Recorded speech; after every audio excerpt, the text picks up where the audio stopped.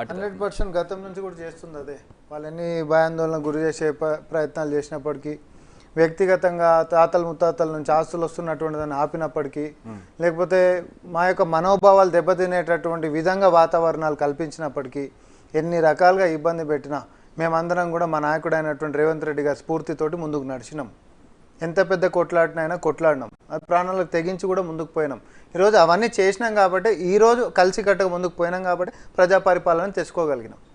ఈ ప్రజా పరిపాలనలో ఆ అవినీతి డేగల్ని వెలికి తీసేటటువంటి పనిలోనే ఉన్నాం. ఎందుకంటే మా మేనిఫెస్టోలో సంక్షేమాలు ఎట్లా పెట్టినామో, అభివృద్ధి ఎట్లా పెట్టినామో, మీరు యొక్క అవినీతి కుంభకోణాలను బయటికి వెలితీస్తాం అనేటటువంటిది కూడా మా మేనిఫెస్టోలోనే పెట్టినాం.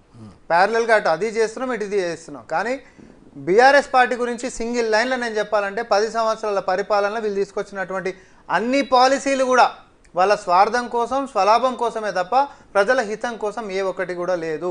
ఎందుకంటే అది ఎస్సీ ఎస్టీ సప్లాన్ నుంచి మొదలు పెట్టుకుంటే, అది మీరు ధరణి తీసుకున్నా, లేకపోతే మున్సిపల్ చట్టం తీసుకున్నా, పంచాయతీరాజ్ చట్టం తీసుకున్నా, మీరు ఏదన్నా తీసుకోండి, ఆఖరికి వెల్ఫేర్ స్కీమ్స్ తీసుకున్నా కూడా తాకులాటలు పెట్టేటటువంటిది ఏమో అంటారు కదా, 2 పిల్లల మధ్యలో తాకులాటలు పెడితే కోతొచ్చి కొట్టుకుపోయినట్టు అట్లా పంచాయతీలు పెట్టే దాని మీదే ఇప్పుడు హరీష్ రావు గారిది కూడా చూసినాం.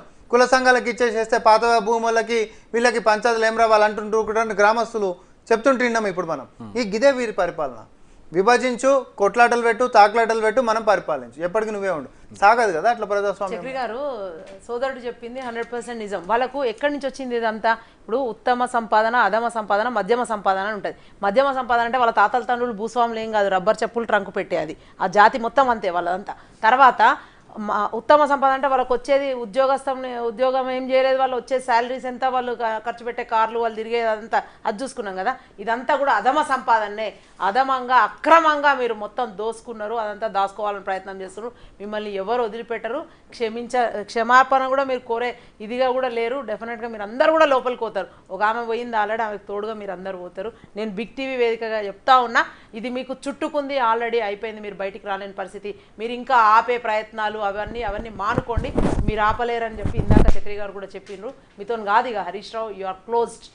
కాంగ్రెస్ తరఫున చెప్పినాం కదా, వదిలిపెట్టే ప్రసక్తే లేదు. ఇది దీన్ని అంటే బాధితుల పక్షాన్ని నిలబడతామని అగైన్ యాజ్ హీ సెడ్, రాము చెప్పిండు ఇందాకనే, మేనిఫెస్టోలోనే పెట్టినాం, బాధితుల పక్షాన్ని నిలబడతాము, వాళ్ళన్నీ వెలికి తీస్తాము, ఎవరి వాళ్ళకి అప్పగించేదాకా కూడా, అందరికీ న్యాయం చేసేదాకా కూడా మా ప్రభుత్వం ఊరుకోదు, మీ పక్షాన మేము ఉంటాము, అధైర్యపడకండి అని నేను ముందే చెప్పినాను.